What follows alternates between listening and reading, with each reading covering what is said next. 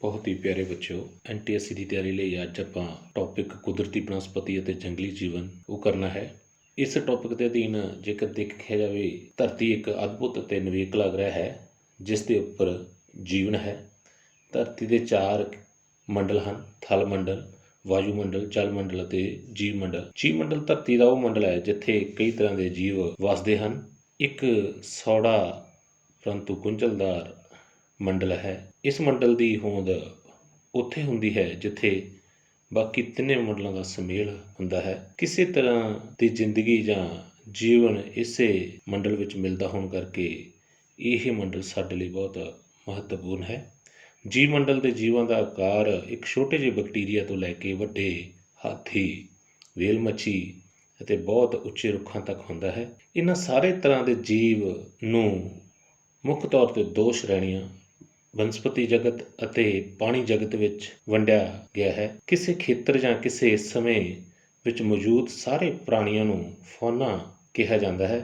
ਇਸੇ ਤਰ੍ਹਾਂ ਕਿਸੇ ਖੇਤਰ ਜਾਂ ਸਮੇਂ ਦੀ ਸਾਰੀ ਬਨਸਪਤੀ ਨੂੰ ਫਲੋਰਾ ਦਾ ਨਾਮ ਦਿੱਤਾ ਜਾਂਦਾ ਹੈ। ਇੱਕ ਖੇਤਰ ਦੇ ਸਾਰੇ ਪ੍ਰਾਣੀ ਅਤੇ ਪੌਦੇ ਆਪਸ ਵਿੱਚ ਬਹੁਤ ਨੇੜੇ ਤੋਂ ਜੁੜੇ ਹੁੰਦੇ ਹਨ। ਉਹ ਇੱਕ ਦੂਜੇ 'ਤੇ ਨਿਰਭਰ ਹੁੰਦੇ ਹਨ। ਉਹ ਇੱਕ ਦੂਜੇ ਬਗੈਰ ਨਹੀਂ ਰਹਿ ਸਕਦੇ ਅਤੇ ਇਹ ਸਾਰੀਆਂ ਇੱਕ ਦੂਜੇ 'ਤੇ ਨਿਰਭਰ ਜਾਤੀਆਂ ਇੱਕ ਹੀ ਈਕੋਸਿਸਟਮ ਬਣਾਉਂਦੀਆਂ ਹਨ। ਮਨੁੱਖ ਵੀ ਜਿਹੜਾ ਇਸ ਈਕੋਸਿਸਟਮ ਦਾ ਹਿੱਸਾ ਹੈ। ਹੁਣ ਗੱਲ ਕਰੀਏ ਕੁਦਰਤੀ ਬਨਸਪਤੀ ਦੀ। ਜਿਸ ਤਰ੍ਹਾਂ ਆਪਾਂ ਕੁਦਰਤੀ ਦੀ ਬਨਸਪਤੀ ਦੀ ਗੱਲ ਕਰਦੇ ਹਾਂ ਤਾਂ ਸ਼ਬਦ ਤੋਂ ਹੀ ਸਪਸ਼ਟ ਹੋ ਜਾਂਦਾ ਹੈ ਕਿ ਕੁਦਰਤ ਦੁਆਰਾ ਜੋ ਆਪਣੇ ਆਪ ਪੌਦੇ, ਰੁੱਖ, ਕੰਡਿਆਲੀ ਝਾੜੀਆਂ ਮਨੁੱਖ ਦੇ ਉਪਰਾਲੇ ਤੋਂ ਬਗੈਰ ਉੱਗ ਪੈਂਦੇ ਹਨ, ਉਹ ਕੁਦਰਤੀ ਬਨਸਪਤੀ ਅਖਵਾਉਂਦੀ ਹੈ। ਕੁਦਰਤੀ ਬਨਸਪਤੀ ਉਹ ਰੁੱਖ ਪੌਦੇ ਹੁੰਦੇ ਹਨ ਜਿਨ੍ਹਾਂ ਉੱਪਰ ਮਨੁੱਖ ਦਾ ਸਿੱਧੇ ਜਾਂ ਅਸਿੱਧੇ ਰੂਪ ਵਿੱਚ ਕੋਈ ਪ੍ਰਭਾਵ ਨਹੀਂ ਹੁੰਦਾ। ਇਸ ਤਰ੍ਹਾਂ ਦੀ ਬਨਸਪਤੀ ਕੁਦਰਤੀ ਤੌਰ 'ਤੇ ਆਪਣੇ ਆਪ ਹੀ ਉਸ ਥਾਂ 'ਤੇ ਜਲਵਾਯੂ ਅਨੁਸਾਰ ਉੱਗਦੀ ਹੈ ਅਤੇ ਪ੍ਰਾਣੀਆਂ ਦੇ ਜੀਵਨ ਵਿੱਚ ਸਹਾਈ ਹੁੰਦੀ ਹੈ। ਇੱਕ ਜੋ ਭਾਰਤੀ ਜੰਗਲ ਸਰਵੇਖਣ ਵਿਭਾਗ ਹੈ, ਉਹ ਇੱਕ ਪ੍ਰਮੁੱਖ ਕੌਮੀ ਅਦਾਰਾ ਹੈ। ਸਾਧਨਾਂ ਦਾ ਅਨੁਮਾਨ ਲਗਾਉਣ ਲਈ ਉਸ ਦਾ ਗਠਨ ਕੀਤਾ ਗਿਆ ਹੈ, ਜਿਸ ਦਾ ਹੈੱਡਕੁਆਟਰ ਦੇਹਰਾਦੂਨ ਵਿਖੇ ਹੈ। ਉਸ ਦੇ ਅੱਗੇ 4 ਖੇਤਰੀ ਦਫ਼ਤਰ ਸ਼ਿਮਲਾ, ਕੋਲਕਾਤਾ, ਨਾਗਪੁਰ, ਬੰਗਲੌਰ ਵਿੱਚ ਹਨ। ਇਸ ਅਦਾਰੇ ਦਾ ਮੁੱਖ ਕੰਮ ਜੰਗਲਾਂ ਦੇ ਨਕਸ਼ੇ ਬਣਾਉਣਾ, ਡਾਟਾ ਪ੍ਰੋਸੈਸਿੰਗ ਅਤੇ ਟ੍ਰੇਨਿੰਗ ਆਦਿ ਹਨ। ਸੰਸਾਰ ਦੇ ਸਾਰੇ ਖੇਤਰਾਂ ਵਿੱਚ ਕੁਦਰਤੀ ਬਨਸਪਤੀ ਇੱਕੋ ਕਿਸਮ ਦੀ ਨਹੀਂ ਹੈ, ਸਗੋਂ ਇਹ ਅਲੱਗ-ਅਲੱਗ ਖੇਤਰਾਂ ਦੇ ਵਿੱਚ ਅਲੱਗ-ਅਲੱਗ ਹੁੰਦੀ ਹੈ। ਕੁਦਰਤੀ ਬਨਸਪਤੀ ਦੇ ਸੰਬੰਧ ਵਿੱਚ ਵੱਡੇ ਪੱਧਰ 'ਤੇ ਵਖਰੇਵੇਂ ਮਿਲਦੇ ਹਨ। ਉਦਾਹਰਨ ਦੇ ਤੌਰ 'ਤੇ ਮਾਰੂਥਲ ਖੰਡ ਦੀ ਕੁਦਰਤੀ ਬਨਸਪਤੀ ਊਸ਼ਣ ਖੰਡ ਦੀ ਕੁਦਰਤੀ ਬਨਸਪਤੀ ਤੋਂ ਬਿਲਕੁਲ ਵੱਖਰੀ ਹੁੰਦੀ ਹੈ। ਕੁਦਰਤੀ ਬਨਸਪਤੀ ਵਿੱਚ ਖੇਤਰੀ ਭਿੰਨਤਾਵਾਂ ਲਈ ਅਨੇਕਾਂ ਤੱਤ ਜ਼ਿੰਮੇਵਾਰ ਹੁੰਦੇ ਹਨ, ਜਿਸ ਤਰ੍ਹਾਂ ਭੂਮੀ, ਮਿੱਟੀ, ਤਾਪਮਾਨ, ਸੂਰਜ ਦੀ ਰੋਸ਼ਨੀ ਦੀ ਮਿਆਦ, ਵਰਖਾ। ਭੂਮੀ ਜਾਂ ਧਰਾਤਲ ਦਾ ਕੁਦਰਤੀ ਬਨਸਪਤੀ ਦੀ ਕਿਸਮ 'ਤੇ ਬਹੁਤ ਪ੍ਰਭਾਵ ਪੈਂਦਾ ਹੈ। ਸਮੁੰਦਰ ਤਲ ਤੋਂ ਉਚਾਈ ਦੇ ਵਧਣ ਨਾਲ ਜਾਂ ਭੂਮੀ ਦੀ ਕਿਸਮ ਦੇ ਬਦਲਾਅ ਨਾਲ ਬਨਸਪਤੀ ਦੀ ਕਿਸਮ ਵਿੱਚ ਤਬਦੀਲੀ ਆਉਂਦੀ ਜਾਂਦੀ ਹੈ। ਮੈਦਾਨਾਂ ਵਿੱਚ ਘਾਹ ਜਾਂ ਪਤਝੜੀ ਰੁੱਖਾਂ ਤੋਂ ਲੈ ਕੇ ਉੱਚੇ ਪਹਾੜਾਂ ਵਿੱਚ ਚੀਲ ਜਾਂ ਸਪਰੂਸ ਦੇ ਰੁੱਖ ਉੱਗਦੇ ਹਨ। ਜੇਕਰ ਮਿੱਟੀ ਦੀ ਗੱਲ ਕਰੀਏ, ਮਿੱਟੀ ਇੱਕ ਅਜਿਹਾ ਮਾਧਿਅਮ ਹੈ ਜਿਸ ਵਿੱਚ ਬਨਸਪਤੀ ਉੱਗਦੀ ਹੈ। ਮਿੱਟੀ ਦੀ ਕਿਸਮ ਲਗਭਗ ਅੰਤਲੀ ਹੱਦ ਤੱਕ ਬਨਸਪਤੀ ਦੀ ਕਿਸਮ ਨੂੰ ਪ੍ਰਭਾਵਿਤ ਕਰਦੀ ਹੈ। ਉਦਾਹਰਨ ਦੇ ਤੌਰ 'ਤੇ ਖੁਸ਼ਕ ਅਤੇ ਰੇਤਲੀ ਕਿਸਮ ਦੀ ਮਿੱਟੀ ਦੇ ਵਿੱਚ ਥੋਰ ਜਾਂ ਕੰਡੇਦਾਰ ਝਾੜੀਆਂ ਪੈਦਾ ਹੁੰਦੀਆਂ ਹਨ, ਜਦੋਂ ਕਿ ਡੂੰਘੀਆਂ ਅਤੇ ਚੰਗੀ ਤਰ੍ਹਾਂ ਵਿਕਸਿਤ ਮਿੱਟੀਆਂ ਵਿੱਚ ਵਧੀਆ ਕਿਸਮ ਦੀ ਭਾਵ ਵਖਰੇਵਿਆਂ ਭਰੀ ਬਨਸਪਤੀ ਉੱਗਦੀ ਹੈ। ਡੈਲਟਾਈ ਕਿਸਮ ਦੀ ਅੱਛੀ ਮਿੱਟੀ ਦੇ ਵਿੱਚ ਬਹੁਤ ਸੰਘਣੀ ਕਿਸਮ ਦੀ ਬਨਸਪਤੀ ਪੈਦਾ ਹੁੰਦੀ ਹੈ। ਜਿਨ੍ਹਾਂ ਮਿੱਟੀਆਂ ਵਿੱਚ ਜੈਵਿਕ ਮਾਤਰਾ ਜ਼ਿਆਦਾ ਹੁੰਦੀ ਹੈ, ਉਹਨਾਂ ਵਿੱਚ ਕੀਮਤੀ ਕਿਸਮ ਦੀ ਬਨਸਪਤੀ ਮਿਲਦੀ ਹੈ। ਤਾਪਮਾਨ, ਕਿਸੇ ਇਲਾਕੇ ਦਾ ਤਾਪਮਾਨ ਵੀ ਕੁਦਰਤੀ ਬਨਸਪਤੀ ਦੇ ਵਾਧੇ ਵਿੱਚ ਬਹੁਤ ਮਹੱਤਵਪੂਰਨ ਭੂਮਿਕਾ ਨਿਭਾਉਂਦਾ ਹੈ। ਬਹੁਤ ਉੱਚੇ ਅਤੇ ਬਹੁਤ ਨੀਵੇਂ ਤਾਪਮਾਨ ਪੌਦਿਆਂ ਦੇ ਵਿਕਾਸ ਵਿੱਚ ਨਾਪੱਖੀ ਰੋਲ ਅਦਾ ਕਰਦੇ ਆ। ਹੁਣ ਸੂਰਜ ਦੀ ਰੋਸ਼ਨੀ, ਧੁੱਪ ਦੀ ਮਿਆਦ ਕਿਸੇ ਪੌਦੇ ਦੇ ਵਿਕਾਸ ਵਿੱਚ ਇੱਕ ਮਹੱਤਵਪੂਰਨ ਰੋਲ ਨਿਭਾਉਂਦੀ ਹੈ, ਕਿਉਂਕਿ ਪੌਦੇ ਸੂਰਜ ਦੀ ਰੋਸ਼ਨੀ ਵਿੱਚ ਆਪਣਾ ਭੋਜਨ ਤਿਆਰ ਕਰਦੇ ਹਨ। ਇਸ ਵਿਧੀ ਨੂੰ ਪ੍ਰਕਾਸ਼ ਸੰਸ਼ਲੇਸ਼ਣ ਕਿਹਾ ਜਾਂਦਾ ਹੈ। ਇਸ ਲਈ ਸੂਰਜ ਦੀ ਰੋਸ਼ਨੀ ਜਿੰਨਾ ਲੰਬੇ ਸਮੇਂ ਲਈ ਉਪਲਬਧ ਹੋਵੇਗੀ, ਬਨਸਪਤੀ ਦਾ ਵਿਕਾਸ ਓਨਾ ਹੀ ਤੇਜ਼ ਹੋਵੇਗਾ। ਪਰਬਤੀ ਢਲਾਣਾਂ ਜਿਨ੍ਹਾਂ ਉੱਪਰ ਧੁੱਪ ਪੈਂਦੀ ਹੈ ਉੱਥੇ ਸੰਘਣੀ ਬਨਸਪਤੀ ਹੁੰਦੀ ਹੈ, ਜਦੋਂ ਕਿ ਧੁੱਪ ਤੋਂ ਵਾਂਝੀਆਂ ਢਲਾਣਾਂ ਜਾਂ ਤਾਂ ਬਨਸਪਤੀ ਸੱਖਣੀਆਂ ਹੋਣਗੀਆਂ ਜਾਂ ਬਹੁਤ ਘੱਟ ਬਨਸਪਤੀ ਮਿਲਦੀ ਹੈ। ਵਰਖਾ ਪੌਦੇ ਦੇ ਵਿਕਾਸ ਲਈ ਪਾਣੀ ਇੱਕ ਬਹੁਤ ਜ਼ਰੂਰੀ ਤੱਤ ਹੈ। ਇਸ ਲਈ ਜ਼ਿਆਦਾ ਵਰਖਾ ਵਾਲੇ ਖੇਤਰਾਂ 'ਚ ਬੜੀ ਸੰਘਣੀ ਕਿਸਮ ਦੀ ਕੁਦਰਤੀ ਬਨਸਪਤੀ ਹੁੰਦੀ ਹੈ, ਜਦੋਂ ਕਿ ਘੱਟ ਵਰਖਾ ਵਾਲੇ ਮਾਰੂਥਲੀ ਖੇਤਰਾਂ ਦੇ ਵਿੱਚ ਕੁਦਰਤੀ ਬਨਸਪਤੀ ਦਾ ਵਿਕਾਸ ਬਹੁਤ ਘੱਟ ਹੁੰਦਾ ਹੈ। ਭੂ-ਮੱਧ ਖੰਡ, ਜਿੱਥੇ ਵਰਖਾ ਅਤੇ ਤਾਪਮਾਨ ਸਾਰਾ ਸਾਲ ਹੀ ਉੱਚੇ ਰਹਿੰਦੇ ਹਨ, ਬਹੁਤ ਹੀ ਸੰਘਣੀ ਕਿਸਮ ਦੀ ਕੁਦਰਤੀ ਬਨਸਪਤੀ ਦਾ ਵਿਕਾਸ ਹੁੰਦਾ ਹੈ। ਹੁਣ ਭਾਰਤ ਦੀ ਕੁਦਰਤੀ ਬਨਸਪਤੀ ਜਾਂ ਜੰਗਲਾਂ ਨੂੰ ਅਸੀਂ ਮੁੱਖ 5 ਭਾਗਾਂ ਵਿੱਚ ਵੰਡ ਸਕਦੇ ਹਾਂ। ਊਸ਼ਣ ਸਦਾਬਹਾਰ ਜੰਗਲ, ਊਸ਼ਣ ਪਤਝੜੀ ਜਾਂ ਮਾਨਸੂਨੀ ਜੰਗਲ, ਝਾੜੀਆਂ ਤੇ ਕੰਡੇਦਾਰ ਜੰਗਲ, ਜਵਾਰੀ ਜਾਂ ਮੈਂਗਰੋਵ ਜੰਗਲ, ਪਰਬਤੀ ਜੰਗਲ। ਹੁਣ ਊਸ਼ਣ ਸਦਾਬਹਾਰ ਜੰਗਲਾਂ ਦੀ ਗੱਲ ਕਰੀਏ। ਇਹ ਉਹ ਜੰਗਲ ਹੁੰਦੇ ਹਨ ਜਿੱਥੇ ਰੁੱਖਾਂ ਦੇ ਸਾਰੇ ਪੱਤੇ ਇਕੱਠੇ ਨਹੀਂ ਝੜਦੇ, ਜਿਸ ਕਾਰਨ ਅਜਿਹੀ ਬਨਸਪਤੀ ਤੇ ਰੁੱਖ ਸਾਰਾ ਸਾਲ ਹੀ ਹਰੇ ਭਰੇ ਨਜ਼ਰ ਆਉਂਦੇ ਹਨ। ਇਹੀ ਕਾਰਨ ਹੈ ਇਹਨਾਂ ਨੂੰ ਸਦਾਬਹਾਰ ਜੰਗਲ ਕਿਹਾ ਜਾਂਦਾ ਹੈ। ਅਜਿਹੇ ਰੁੱਖ ਊਸ਼ਣ ਖੰਡ ਵਿੱਚ ਮਿਲਦੇ ਹਨ, ਸੰਘਣੇ ਜੰਗਲਾਂ ਦੇ ਰੂਪ ਵਿੱਚ ਹੁੰਦੇ ਹਨ ਤੇ ਗਰਮ ਅਤੇ ਤਰ ਭਾਗਾਂ ਵਿੱਚ ਮਿਲਦੇ ਹਨ, ਜਿੱਥੇ ਵਰਖਾ ਸਾਲਾਨਾ 200 ਤੋਂ 300 ਸੈਂਟੀਮੀਟਰ ਜਾਂ ਇਸ ਤੋਂ ਜ਼ਿਆਦਾ ਹੁੰਦੀ ਹੈ। ਇਸ ਕਿਸਮ ਦੇ ਜੰਗਲਾਂ ਨੂੰ ਵਰਖਾ ਜੰਗਲ ਵੀ ਕਿਹਾ ਜਾਂਦਾ ਹੈ। ਇਹਨਾਂ ਜੰਗਲਾਂ ਦੇ ਦਰਖਤ 60 ਮੀਟਰ ਤੱਕ ਜਾਂ ਇਸ ਤੋਂ ਵੀ ਜ਼ਿਆਦਾ ਉੱਚੇ ਹੋ ਸਕਦੇ ਹਨ। ਇਹੀ ਜੰਗਲ ਇੱਕ ਛਤਰ ਦੀ ਤਰ੍ਹਾਂ ਲੱਗਦੇ ਹਨ। ਇਹਨਾਂ ਦੇ ਵਿੱਚ ਦਰਖਤਾਂ ਦੇ ਹੇਠਾਂ ਛੋਟੇ ਪੌਦੇ, ਬੈਂਤ ਦੇ ਪੌਦੇ, ਬਾਂਸ ਦੇ ਰੁੱਖ, ਚੜ੍ਹਨ ਵਾਲੀਆਂ ਵੇਲਾਂ ਤੇ ਕਈ ਹੋਰ ਕਿਸਮ ਦੇ ਪੌਦੇ ਬੜੇ ਤਾਕਤਵਰ ਤੇ ਆਪਸ ਵਿੱਚ ਉਲਝੇ ਹੁੰਦੇ ਹਨ। ਇਹਨਾਂ ਵਿੱਚ ਉੱਗਣ ਵਾਲੇ ਦਰਖਤਾਂ ਵਿੱਚ ਮਹੋਗਨੀ, ਐਬਨੀ, ਰੋਜ਼ਵੁੱਡ, ਟਾਹਲੀ, ਬਾਂਸ, ਰਬੜ, ਸਿਨਕੋਨਾ ਅਤੇ ਮੈਗਨੋਲੀਆ ਆਦਿ ਸ਼ਾਮਲ ਹਨ। ਸਿਨਕੋਨਾ ਰੁੱਖ ਤੁਹਾਨੂੰ ਪਤਾ ਹੀ ਹੈ ਦੀ ਛਿੱਲ ਹੈ ਜਿਹੜੀ ਕਨੀਨ ਦੀ ਦਵਾਈ ਬਣਾਉਣ ਲਈ ਵਰਤੀ ਜਾਂਦੀ ਹੈ, ਜਿਸ ਦਾ ਇਸਤੇਮਾਲ ਮਲੇਰੀਆ ਦੇ ਬੁਖਾਰ ਨੂੰ ਠੀਕ ਕਰਨ ਲਈ ਕੀਤਾ ਜਾਂਦਾ ਹੈ। ਇਸ ਕਿਸਮ ਦੇ ਜੰਗਲ ਪੱਛਮੀ ਘਾਟ ਦੀਆਂ ਪੱਛਮੀ ਢਲਾਣਾਂ, ਤਮਿਲਨਾਡੂ ਤੱਟ, ਉੱਤਰ ਪੂਰਬੀ ਭਾਰਤ ਦੀਆਂ ਪਹਾੜੀਆਂ, ਉੜੀਸਾ ਅਤੇ ਪੱਛਮੀ ਬੰਗਾਲ ਦੇ ਕੁਝ ਹਿੱਸਿਆਂ, ਲਕਸ਼ਦੀਪ ਅਤੇ ਅੰਡੇਮਾਨ ਅਤੇ ਨਿਕੋਬਾਰ ਦੀਪ ਸਮੂਹ ਵਿੱਚ ਮਿਲਦੇ ਹਨ। ਇਹ ਸੰਘਣੇ ਜੰਗਲਾਂ ਵਿੱਚ ਜਾਨਵਰਾਂ ਦੀਆਂ ਬਹੁਤ ਸਾਰੀਆਂ ਕਿਸਮਾਂ ਪਾਈਆਂ ਜਾਂਦੀਆਂ ਹਨ। ਇਹ ਸੰਘਣੇ ਜੰਗਲ ਜਾਨਵਰਾਂ ਦੇ ਘਰ ਦਾ ਕੰਮ ਕਰਦੇ ਹਨ। ਬਾਂਦਰ, ਲੰਗੂਰ, ਹਿਰਨ, ਗੈਂਡਾ ਆਦਿ ਜਿਹੜੇ ਜਾਨਵਰ ਹੈ ਇਹਨਾਂ ਜੰਗਲਾਂ ਵਿੱਚ ਆਮ ਮਿਲਦੇ ਹਨ। ਦੂਸਰਾ ਹੈ ਊਸ਼ਣ ਪਤਝੜੀ ਜਾਂ ਮਾਨਸੂਨੀ ਜੰਗਲ। ਇਸ ਕਿਸਮ ਦੇ ਜੰਗਲ 70 ਤੋਂ 200 ਸੈਂਟੀਮੀਟਰ ਵਰਖਾ ਵਾਲੇ ਖੇਤਰਾਂ ਵਿੱਚ ਉੱਗਦੇ ਹਨ। ਇਹਨਾਂ ਜੰਗਲਾਂ ਦੇ ਰੁੱਖ ਮੌਸਮ ਦੇ ਹਿਸਾਬ ਨਾਲ ਆਪਣੇ ਪੱਤੇ ਝਾੜ ਦਿੰਦੇ ਹਨ। ਇਹ ਜੰਗਲ ਸਦਾਬਹਾਰ ਜੰਗਲ ਜਿੰਨੇ ਹਰੇ ਅਤੇ ਸੰਘਣੇ ਨਹੀਂ ਹੁੰਦੇ, ਪਰੰਤੂ ਫਿਰ ਵੀ ਕਾਫੀ ਸੰਘਣੇ ਹੁੰਦੇ ਹਨ। ਇਹ ਜੰਗਲ ਉਹਨਾਂ ਖੇਤਰਾਂ ਦੀ ਪੈਦਾਵਾਰ ਹਨ ਜਿੱਥੇ ਮਾਨਸੂਨ ਤੋਂ ਬਾਅਦ ਖੁਸ਼ਕ ਮੌਸਮ ਆਉਂਦਾ ਹੈ। ਇਹ ਦਰਖਤ ਖੁਸ਼ਕ ਮੌਸਮ ਵਿੱਚ ਕੁਦਰਤੀ ਤੌਰ 'ਤੇ ਆਪਣੇ ਪੱਤੇ ਇਸ ਲਈ ਝਾੜ ਦਿੰਦੇ ਹਨ ਕਿ ਇਹਨਾਂ ਦਾ ਵਾਸ਼ਪੀਕਰਨ ਨਾ ਹੋ ਸਕੇ। ਇਸ ਤੋਂ ਇਲਾਵਾ ਇਹਨਾਂ ਜੰਗਲਾਂ ਦੇ ਵਿੱਚ ਆਮ ਤੌਰ 'ਤੇ ਪਾਏ ਜਾਣ ਵਾਲੇ ਰੁੱਖਾਂ ਵਿੱਚ ਟੀਕ, ਸਾਲ, ਸੰਦਲਵੁੱਡ, ਦੇਵਦਾਰ, ਟਾਹਲੀ, ਖੈਰ ਆਦਿ ਰੁੱਖ ਸ਼ਾਮਲ ਹਨ, ਜਿਨ੍ਹਾਂ ਦਾ ਵਧੀਆ ਵਪਾਰਕ ਮੁੱਲ ਪੈਂਦਾ ਹੈ। ਇਸ ਤੋਂ ਬਾਅਦ ਗੱਲ ਕਰੀਏ ਵੀ ਜੋ ਜੰਗਲ ਹੈ ਉਹ ਭਾਰਤ ਦੇ ਜੇਕਰ ਹਿਸਾਬ ਨਾਲ ਗੱਲ ਕੀਤਾ ਜਾਏ ਤਾਂ ਭਾਰਤ ਦੇ ਵਿੱਚ ਲਗਭਗ 21.53% ਹਿੱਸਾ ਜਿਹੜਾ ਹੈਗਾ ਉਹ ਭੂਮੀ ਦਾ ਜੰਗਲਾਂ ਹੇਠ ਹੈ, ਜੋ ਕਿ ਕਾਫੀ ਘੱਟ ਹੈ, ਕਿਉਂਕਿ ਘੱਟੋ ਘੱਟ 33% ਭੂਮੀ ਜਿਹੜੀ ਉਹ ਜੰਗਲਾਂ ਨਾਲ ਢਕੀ ਹੋਈ ਹੋਣੀ ਚਾਹੀਦੀ ਹੈ।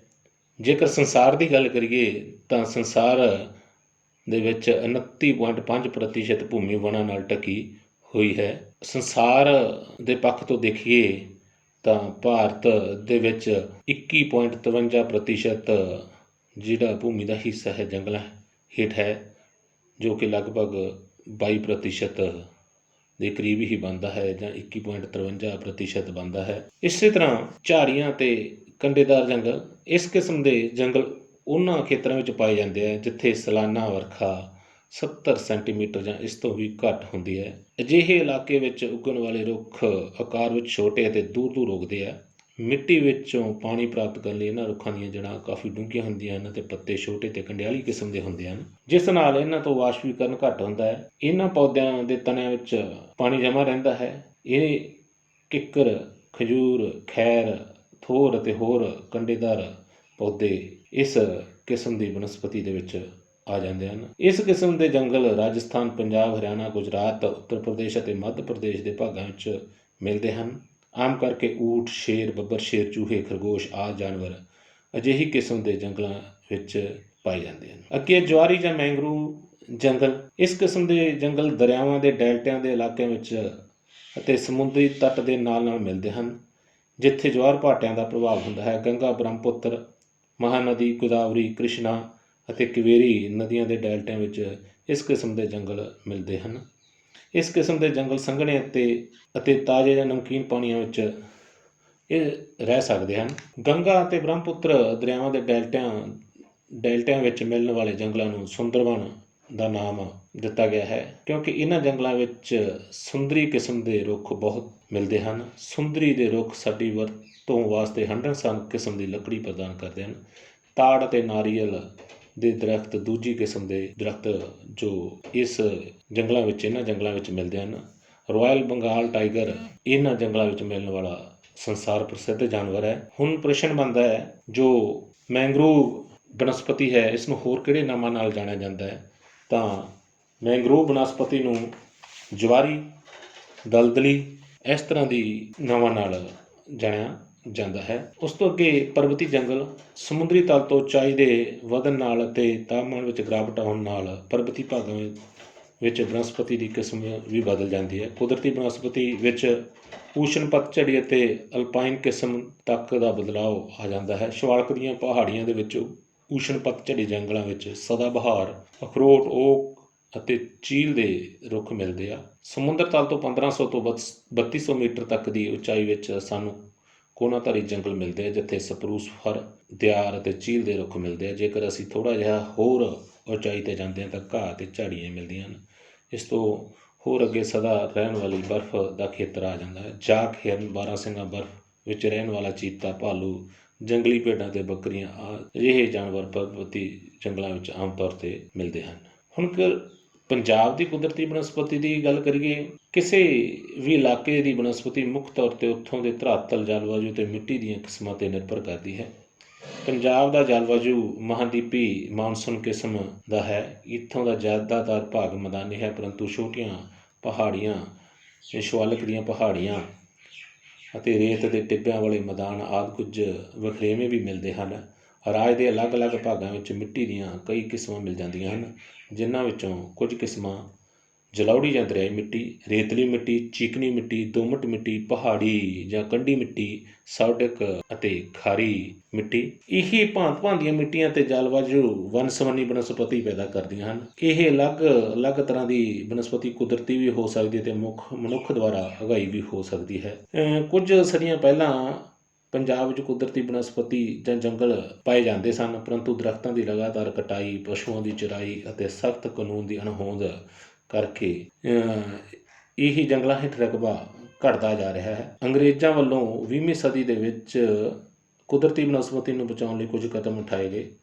ਜੰਗਲਾਂ ਦੀ ਹੱਦਬੰਦੀ ਕੀਤੀ ਗਈ ਅਤੇ ਪਸ਼ੂਆਂ ਦੀ ਚਰਾਈ 'ਤੇ ਵੀ ਰੋਕ ਲਗਾਈ ਗਈ। ਭਾਰਤ ਦੇਸ਼ ਆਜ਼ਾਦ ਹੋਣ ਤੋਂ ਬਾਅਦ ਪੰਜਾਬ ਦੋ ਹਿੱਸਿਆਂ ਦੇ ਵਿੱਚ ਵੰਡਿਆ ਗਿਆ। ਪੱਛਮੀ ਅਤੇ ਪੂਰਬੀ ਪੰਜਾਬ। ਖੇਤੀਬਾੜੀ ਦੇ ਵਿਸਥਾਰ ਵਾਸਤੇ ਬਨਸਪਤੀ ਨੂੰ ਸਾਫ਼ ਕਰਕੇ ਜ਼ਮੀਨ ਨੂੰ ਖੇਤੀਯੋਗ ਬਣਾਇਆ ਗਿਆ, ਤਾਂ ਜੋ ਲੋਕਾਂ ਲਈ ਲੋੜੀਂਦਾ ਅਨਾਜ ਪੈਦਾ ਕੀਤਾ ਜਾ ਸਕੇ। 1 ਨਵੰਬਰ 1966 ਵਿੱਚ ਪੰਜਾਬ ਦੇ ਪੁਨਰ ਗਠਨ ਕਾਰਨ ਜ਼ਿਆਦਾਤਰ ਜੰਗਲੀ ਇਲਾਕਾ ਹਿਮਾਚਲ ਪ੍ਰਦੇਸ਼ ਵਿੱਚ ਚਲਾ ਗਿਆ। ਫਿਰ ਵੀ ਸਮੇਂ ਦੇ ਨਾਲ ਨਾਲ ਰਾਜ ਵਿੱਚ ਖੇਤੀਬਾੜੀ ਦਾ ਵਿਕਾਸ, ਸ਼ਹਿਰੀਕਰਨ, ਉਦਯੋਗੀਕਰਨ ਅਤੇ ਮਨੁੱਖ ਦੀਆਂ ਹੋਰ ਲੋੜਾਂ ਕਾਰਨ ਕੁਦਰਤੀ ਬਨਸਪਤੀ ਜਾਂ ਜੰਗਲਾਂ ਦਾ ਹੋਰ ਵੀ ਖੇਤਰ ਘਟਦਾ ਗਿਆ। ਇਸ ਵੇਲੇ ਪੰਜਾਬ ਦਾ ਕੁੱਲ ਖੇਤਰਫਲ ਦਾ ਸਿਰਫ 6.07% ਹਿੱਸਾ ਹੀ ਬਨਸਪਤੀ ਜਾਂ ਜੰਗਲਾਂ ਹੇਠ ਹੈ। ਇੱਥੇ ਇਹ ਵੀ ਦੱਸਣਾ ਜ਼ਰੂਰੀ ਹੈ ਕਿ ਸਾਰੀ ਬਨਸਪਤੀ ਕੁਦਰਤੀ ਨਹੀਂ, ਬਲਕਿ ਇਸ ਦਾ ਕਾਫੀ ਹਿੱਸਾ ਮਨੁੱਖ ਦੁਆਰਾ ਉਗਾਇਆ ਜਾਂ ਬਦਲਿਆ ਗਿਆ ਹੈ। ਪੰਜਾਬ ਦੀ ਇਹ ਬਨਸਪਤੀ ਜਾਂ ਜੰਗਲਾਂ ਦਾ ਕੁਝ ਹਿੱਸਾ ਸਰਕਾਰੀ ਅਤੇ ਬਾਕੀ ਪ੍ਰਾਈਵੇਟ ਖੇਤਰ ਦੇ ਅਧੀਨ ਹੈ।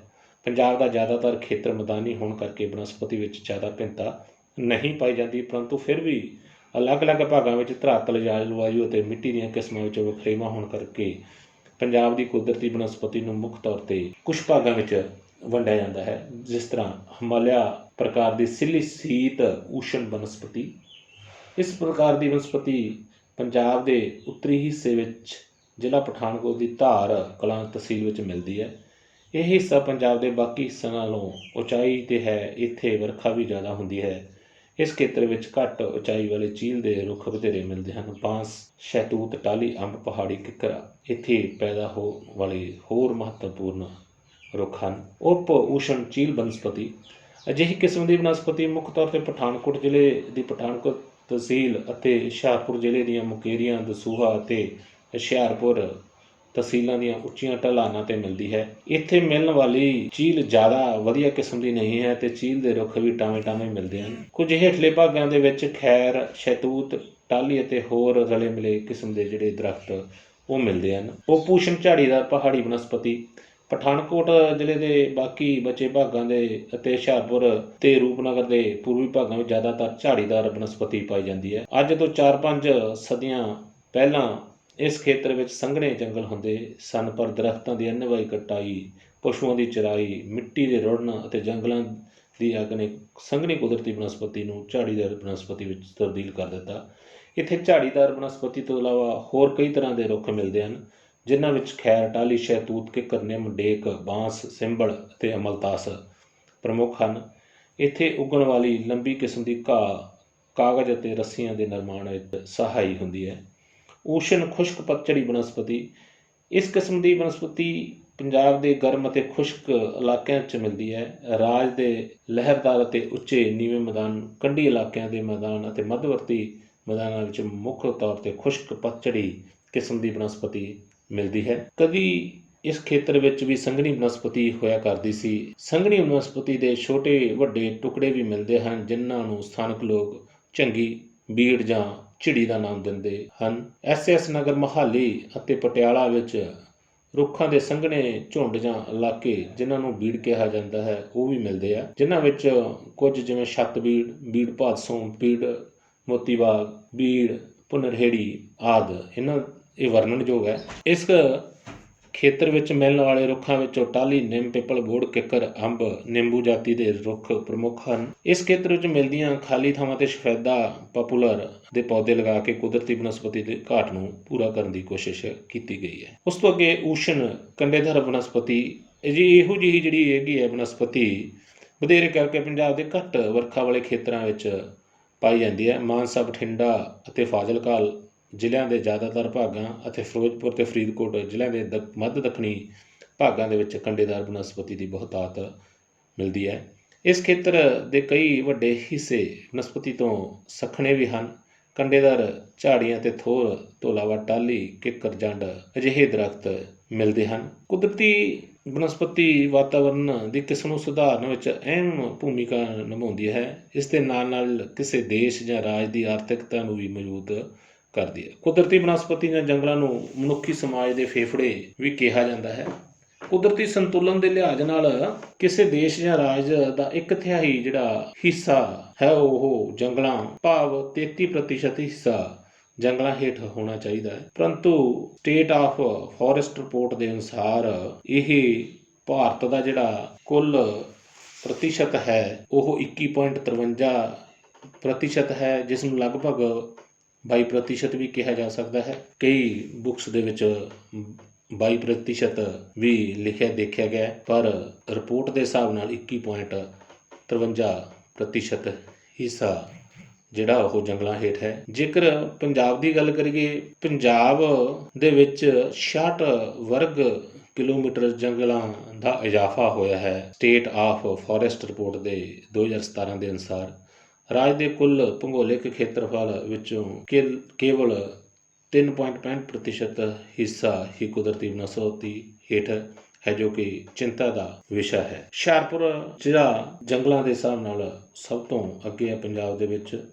ਰੂਪਨਗਰ ਦੂਸਰੇ ਸਥਾਨ 'ਤੇ ਹੈ। ਮਾਨਸਾ ਸਭ ਤੋਂ ਇਸ ਖੇਤਰ ਵਿੱਚ ਪਛੜਿਆ ਹੋਇਆ ਜ਼ਿਲ੍ਹਾ ਹੈ। ਜੰਗਲੀ ਜੀਵਨ ਬਾਰੇ ਗੱਲ ਕਰੀਏ ਤਾਂ ਜੰਗਲੀ ਜੀਵਨ ਕੁਦਰਤੀ ਰਿਹਾਇਸ਼ਗਾਹਾਂ ਅਰਥਾਤ ਜੰਗਲਾਂ ਵਿੱਚ ਰਹਿ ਰਹੇ ਜਾਨਵਰਾਂ, ਪੰਛੀਆਂ ਅਤੇ ਕੀੜੇ ਮਕੌੜਿਆਂ ਨੂੰ ਜੰਗਲੀ ਜੀਵਨ ਕਿਹਾ ਜਾਂਦਾ ਹੈ। ਭਾਰਤੀ ਜੰਗਲਾਂ ਦੇ ਧਰਾਤਲ, ਜਲਵਾਯੂ ਹਾਲਾਤਾਂ ਅਤੇ ਮਿੱਟੀ ਦੀਆਂ ਕਿਸਮਾਂ ਵਿੱਚ ਭਿੰਨਤਾ ਹੋਣ ਕਾਰਨ ਇਹ ਕਈ ਕਿਸਮਾਂ ਦੇ ਕੁਦਰਤੀ ਰਿਹਾਇਸ਼ਗਾਹਾਂ ਪ੍ਰਦਾਨ ਕਰਦੇ ਹਨ, ਜਿਸ ਕਰਕੇ ਦੇਸ਼ ਵਿੱਚ ਕਈ ਕਿਸਮ ਦਾ ਜੰਗਲੀ ਜੀਵਨ ਮਿਲਦਾ ਹੈ। ਭਾਰਤ ਦੇਸ਼ ਵਿੱਚ ਜਾਨਵਰਾਂ ਦੀਆਂ 99,000 ਤੋਂ ਵੀ ਵੱਧ ਜਿਹੜੀਆਂ ਪ੍ਰਜਾਤੀਆਂ ਹਨ, ਜਿਹੜਾ ਕਿ ਸੰਸਾਰ ਦੀਆਂ ਕੁੱਲ ਜਾਨਵਰ ਪ੍ਰਜਾਤੀਆਂ ਦਾ ਲਗਭਗ 6.5% ਬਣਦਾ ਹੈ। ਸਾਡੇ ਦੇਸ਼ ਵਿੱਚ ਮੱਛੀਆਂ ਦੀਆਂ 2546 ਪ੍ਰਜਾਤੀਆਂ, ਪੰਛੀਆਂ ਦੀਆਂ 2000 ਪ੍ਰਜਾਤੀਆਂ, ਰੀਂਗਣ ਵਾਲੇ 458 ਪ੍ਰਜਾਤੀਆਂ ਅਤੇ ਕੀੜੇ ਮਕੌੜਿਆਂ ਦੀਆਂ 60,000 ਤੋਂ ਵੀ ਜ਼ਿਆਦਾ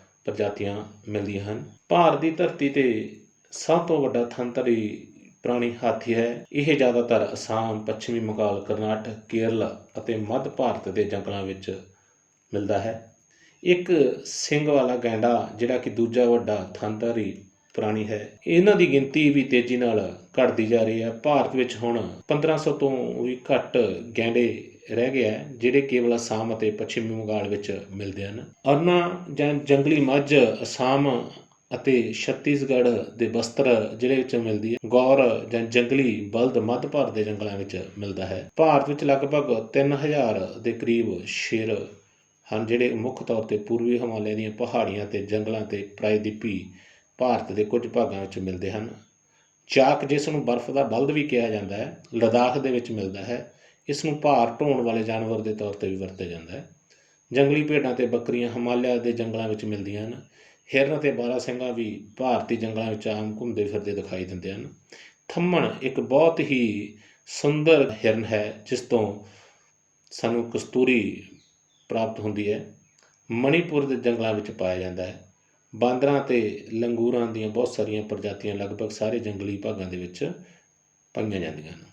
ਚੰਕਾਰਾ ਜਾਂ ਛੱਲੇਦਾਰ ਸਿੰਗਾਂ ਵਾਲਾ ਹਿਰਨ, ਕਾਲਾ ਹਿਰਨ ਜਾਂ ਭਾਰਤੀ ਹਿਰਨ, ਨੀਲਗਾਂ ਜਾਂ ਨੀਲ ਬਲਦ, ਚਾਰ ਸਿੰਗਾਂ ਵਾਲਾ ਹਿਰਨ, ਜੰਗਲੀ ਕੁੱਤਾ, ਲੂੰਬੜ, ਗਿੱਦੜ, ਲੱਕੜਬਗਾ, ਨਿਉਲਾ, ਚਮਗਾਦੜ, ਗਿਲਹਰੀ ਅਜਿਹੇ ਕਈ ਹੋਰ ਦੂਜੇ ਜਾਨਵਰ ਜੋ ਭਾਰਤੀ ਜੰਗਲਾਂ ਦੇ ਵਿੱਚ ਮਿਲਦੇ ਹਨ। ਮਗਰਮੱਛ, ਘੜਿਆਲ, ਕੱਛੂਕੁੰਮ, ਇਹ ਵੀ ਜਿਹੜੇ ਦਰਿਆਵਾਂ, ਝੀਲਾਂ ਅਤੇ ਤੱਟੀ ਭਾਗਾਂ ਵਿੱਚ ਮਿਲਦੇ ਹੈ। ਭਾਰਤ ਪੰਛੀਆਂ ਅਤੇ ਜੀਵਾਂ ਵਿੱਚ ਬਹੁਤ ਅਮੀਰ ਹੈ। ਇੱਥੇ ਬਹੁਤ ਪੰਛੀਆਂ ਦੀਆਂ ਲਗਭਗ 2000 ਪ੍ਰਜਾਤੀਆਂ ਹਨ।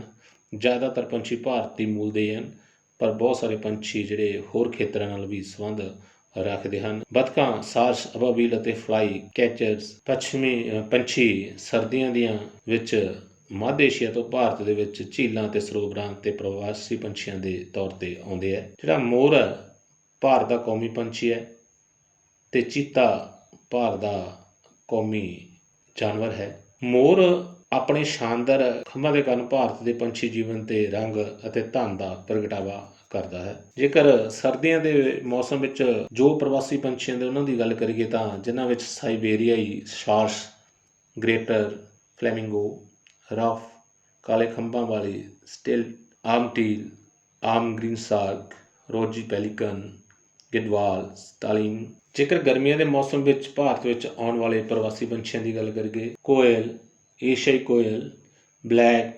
ਕਾਰਨਾਊਟ, night heron, Eurasian golden oriole, ਇਸ ਤਰ੍ਹਾਂ ਦੇ ਜਿਹੜੇ ਪੰਛੀ ਉਹ ਜਿਹੜੇ ਪ੍ਰਵਾਸੀ ਪੰਛੀ ਉਹ ਭਾਰਤ ਵਿੱਚ ਆਉਂਦੇ ਹੈਗੇ ਆ। ਭਾਰਤ ਦੇ ਵਿੱਚ ਜੰਗਲੀ ਸੁਰੱਖਿਆ ਲਈ ਕਈ ਕਾਨੂੰਨ ਵੀ ਜਿਹੜੇ ਉਹ ਬਣਾਏ ਗਏ ਹੈ। ਜੰਗਲੀ ਜੀਵਾਂ ਲਈ ਭਾਰਤੀ ਬੋਰਡ ਦਾ ਗਠਨ ਜਿਹੜਾ 1952 ਦੇ ਵਿੱਚ ਹੋਇਆ। ਜੰਗਲੀ ਜੀਵਾਂ ਦੇ ਬਚਾਅ ਅਤੇ ਸਾਂਭ ਸੰਭਾਲ ਬਾਰੇ ਭਾਰਤ ਸਰਕਾਰ ਨੂੰ ਉਸ ਦਾ ਕੰਮ ਹੈ ਜਿਹੜਾ ਸਲਾਹ ਦੇਣਾ।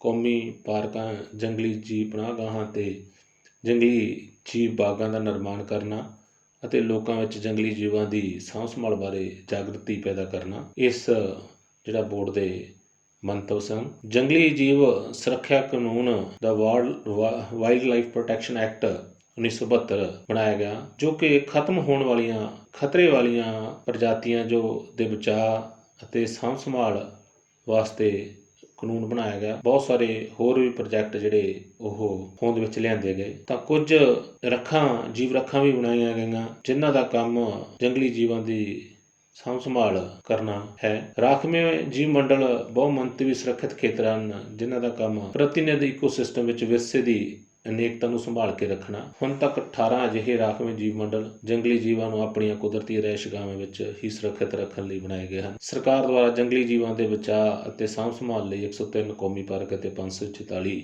ਜੰਗਲੀ ਜੀਵ ਪਨਾਹਗਾਹਾਂ ਬਣਾਈਆਂ ਗਈਆਂ ਹਨ। ਤਾਂ ਜੇਕਰ ਕੁਝ ਇੰਪੋਰਟੈਂਟ ਜੰਗਲੀ ਜੀਵ ਪਨਾਹਗਾਹਾਂ ਦੀ ਗੱਲ ਕਰੀਏ ਤਾਂ ਜਿਨ੍ਹਾਂ ਦੇ ਵਿੱਚ ਨੀਲਗਿਰੀ ਜੀਵ ਰੱਖਾਂ ਜੋ ਤਾਮਿਲਨਾਡੂ, ਕਰਨਾਟਕ, ਕੇਰਲ ਰਾਜ ਨਾਲ ਸੰਬੰਧਿਤ ਹੈ। ਨੰਦਾ ਦੇਵੀ ਉੱਤਰਾਖੰਡ, ਫੁੱਲਾਂ ਦੀ ਘਾਟੀ ਉਹ ਵੀ ਉੱਤਰਾਖੰਡ ਨਾਲ ਸੰਬੰਧਿਤ ਹੈ। ਉੱਤਰੀ ਅੰਡੇਮਾਨ ਅਤੇ ਨਿਕੋਬਾਰ ਦੀ ਸਮੂਹ, ਮਨਾਰ ਦੀ ਖਾੜੀ ਤਾਮਿਲਨਾਡੂ, ਕਾਜੀਰੰਗਾ ਜੋ ਅਸਾਮ ਦੇ ਵਿੱਚ ਹੈ, ਕਾਨਹਾ ਮੱਧ ਪ੍ਰਦੇਸ਼, ਨੌਕਰੀ ਮੇਘਾਲਿਆ, ਰਨ ਆਫ ਕਸ਼ ਗੁਜਰਾਤ ਦੇ ਵਿੱਚ ਜਿਹੜੀਆਂ ਇਹ ਜੀਵ ਰਾਖਵੇਂ ਖੇਤਰ ਜਿਹੜੇ ਉਹ ਰੱਖੇ ਗਏ ਹੈਗੇ ਆ। ਇਸ ਤੋਂ ਇਲਾਵਾ ਕਈ ਪੌਦੇ ਜੋ ਦਵਾਈਆਂ ਬਣਾਉਣ ਦੇ ਵਿੱਚ ਬਹੁਤ ਕੰਮ ਆਉਂਦੇ, ਉਹਨਾਂ ਦੇ ਫਲ, ਫੁੱਲ, ਜੜ੍ਹਾਂ ਜਾਂ ਤਣੇ ਦਵਾਈਆਂ ਬਣਾਉਣ ਦੇ ਲਈ ਕੰਮ ਆਉਂਦੇ ਹਨ। ਜਿਵੇਂ ਆਮਲਾ ਹੈ, ਇਹ ਵਿਟਾਮਿਨ ਸੀ ਦਾ ਭਰਪੂਰ ਸਰੋਤ ਹੈ। ਇਹ ਸਾਡੀ ਪਾਚਨ ਸ਼ਕਤੀ ਵਿੱਚ ਸੁਧਾਰ ਕਰਦਾ ਹੈ। ਇਸ ਨੂੰ ਖਾਂਸੀ, ਸ਼ੂਗਰ ਅਤੇ ਕਬਜ਼ ਦੂਰ ਕਰਨ ਲਈ ਵਰਤਿਆ ਜਾਂਦਾ ਹੈ। ਇਸ ਤੋਂ ਇਲਾਵਾ ਸਰਪਗੰਧਾ, ਇਹ ਖੂਨ ਦੇ ਦੌਰੇ ਵਿੱਚ ਸੁਧਾਰ ਕਰਦਾ ਹੈ। ਨਿੰਮ, ਇਹ ਬਹੁਤ ਸਾਰੀਆਂ ਬਿਮਾਰੀਆਂ ਦੇ ਇਲਾਜ ਲਈ ਵਰਤਿਆ ਜਾਂਦਾ ਹੈ। ਸੰਸਕ੍ਰਿਤ ਵਿੱਚ ਇਸ ਨੂੰ ਅਕਸਰ ਸਰਵ ਰੋਗ ਨਿਵਾਰਕ ਕਿਹਾ ਜਾਂਦਾ ਹੈ।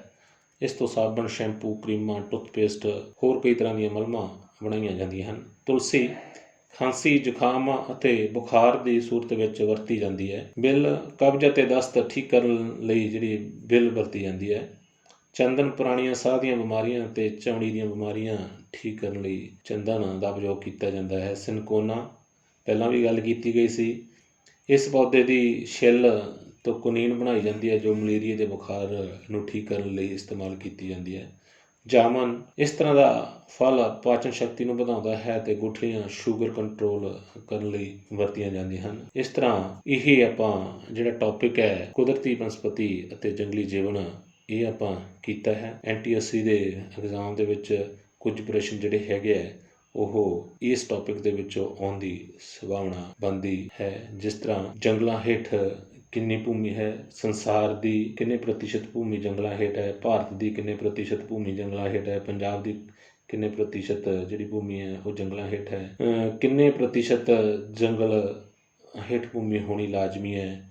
ਇਸ ਤਰ੍ਹਾਂ ਦੇ ਜਿਹੜੇ ਪ੍ਰਸ਼ਨ ਉਹ ਆਉਣ ਦੀਆਂ ਸੰਭਾਵਨਾਵਾਂ ਬਣਦੀਆਂ ਹਨ। ਤਾਂ ਇਹ ਤੁਸੀਂ ਇਸ ਟੌਪਿਕ ਦੀ ਤਿਆਰੀ ਕਰਨੀ ਹੈ ਤਾਂ ਜੋ ਇਸ ਟੌਪਿਕ ਜੋ ਆਏ ਪ੍ਰਸ਼ਨ ਨੂੰ ਹੱਲ ਕੀਤਾ ਜਾ ਸਕੇ। ਧੰਨਵਾਦ।